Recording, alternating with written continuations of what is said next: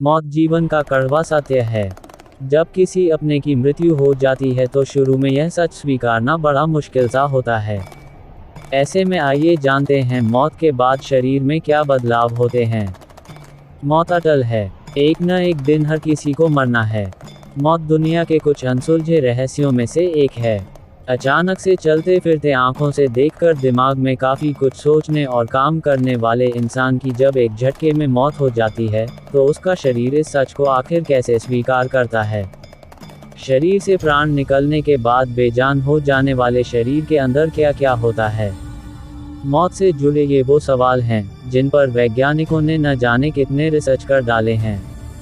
आज इस आर्टिकल में हम आपको इन्हीं सवालों से जुड़े हुए कुछ ऐसे तथ्य बताएंगे जिन्हें जानकर आप शायद हैरान हो जाएं। बर्फ की तरह ठंडा हो जाता है शरीर। वैज्ञानिक भाषा में इसे एल्गोरेम कहते हैं। ये वो स्थिति होती है जब आपके शरीर का तापमान तेजी से गिरने लगता है। आमतौर पर इंसान के शरीर का तापमान 37 डिग्री सेल्सियस होता है, लेकिन मौत होने के बाद ये 0.8 डिग्री सेल्सियस घंटा की दर से ठंडा होने लगता है। इसे आम भाषा में शरीर का ठंडा होना कहते हैं। मौत से कुछ घंटे बाद ही शरीर के हर एक अंग में अकड़न शुरू हो जाती है। शरीर विज्ञान के अनुसार ऐसा एडेनोसिन ट्राइफॉस्फेट का स्तर तेजी से गिरने के कारण होता है। इसकी शुरुआत पलकों में ऐंठन और गले की मांसपेशियों में अकड़न से होती है। मौत का दिल पर क्या असर। आपने देखा होगा कि डॉक्टर इंसान की मौत तब घोषित करते हैं जब उसका हार्ट यानी दिल काम करना बंद कर देता है। असल में जब दिल काम करना बंद कर देता है तो खून की पंपिंग भी बंद हो जाती है और इंसान के दिल के अंदर खून भरना शुरू हो जाता है। ऐसे में नसों और धमनियों में भी खून भर जाता है। शरीर बदलने लगता है अपना रंग। खून का बहना बंद होते ही शरीर में बदलाव का दौर शुरू हो जाता है। शरीर में दो रंग दिखने लगते हैं।